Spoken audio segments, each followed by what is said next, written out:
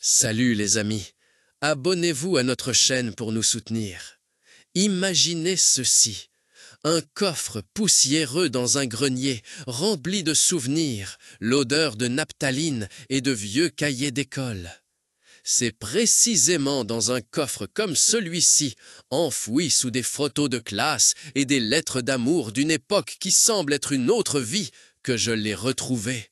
Pas physiquement bien sûr, mais virtuellement. Un message de Daniel, mon béguin du lycée. 13 ans s'étaient écoulés, 13 ans pendant lesquels je me suis demandé ce qu'il était devenu. 13 années remplies de questions sans réponse, de rêves à moitié oubliés, et de l'incertitude rongeante de savoir s'il avait jamais ressenti quoi que ce soit pour moi. Daniel, cheveux blonds, yeux bleus éclatants, le sourire narquois qui faisait fondre tous les cœurs de filles. Et mon cœur fondait particulièrement vite. J'étais à l'époque, disons, un peu timide. Les livres étaient ma meilleure compagnie, le terrain de football plutôt un lieu de peur que de joie, et mon choix de vêtements, disons qu'il était individuel. Daniel, en revanche, était la star, le quarterback, le clown de la classe, celui que tout le monde aimait.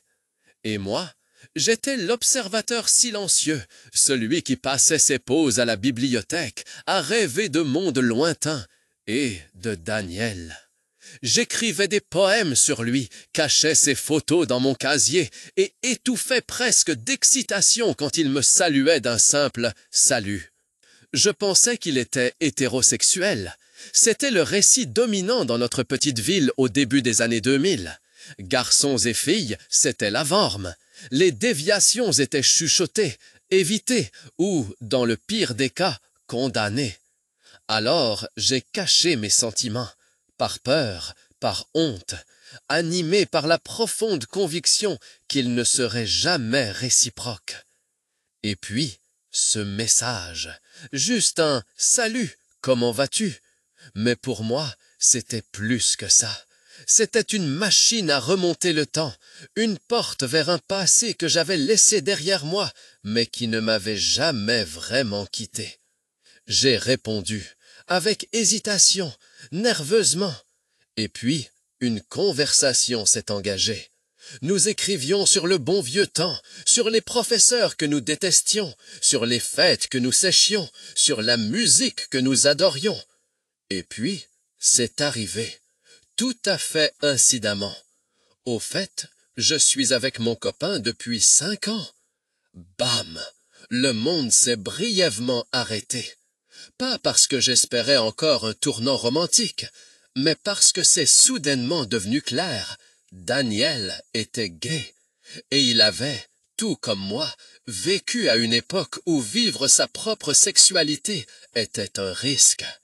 Notre histoire, mon histoire, fait partie d'une narration bien plus vaste, l'histoire de l'homosexualité. Pendant longtemps, elle a été marquée par l'oppression, la persécution et la stigmatisation. Déjà dans la Grèce antique, il existait des formes de relations homosexuelles qui étaient acceptées, voire célébrées dans certains cercles.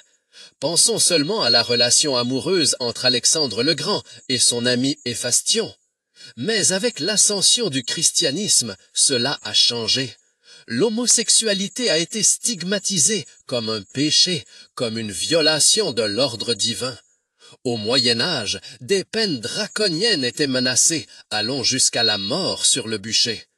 Le paragraphe 175 du Code pénal allemand, qui punissait les actes sexuels entre hommes, était en vigueur de 1870 à 1969 et n'a été complètement aboli qu'en 1994.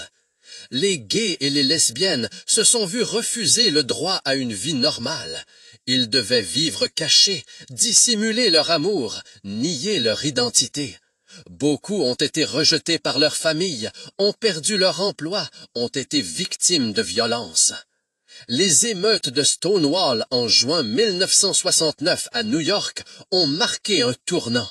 Un soulèvement contre la violence policière et la discrimination qui a déclenché le mouvement gay moderne.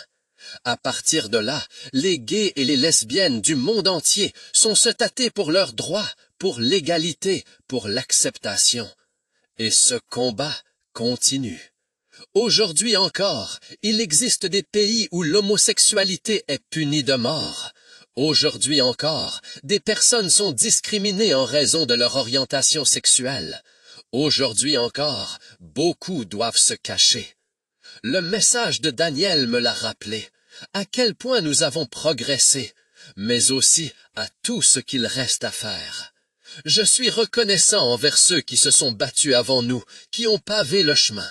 Je suis reconnaissant d'avoir la possibilité de parler ouvertement et honnêtement de ma sexualité aujourd'hui. Et je suis reconnaissant envers Daniel, pas seulement pour les souvenirs de l'école,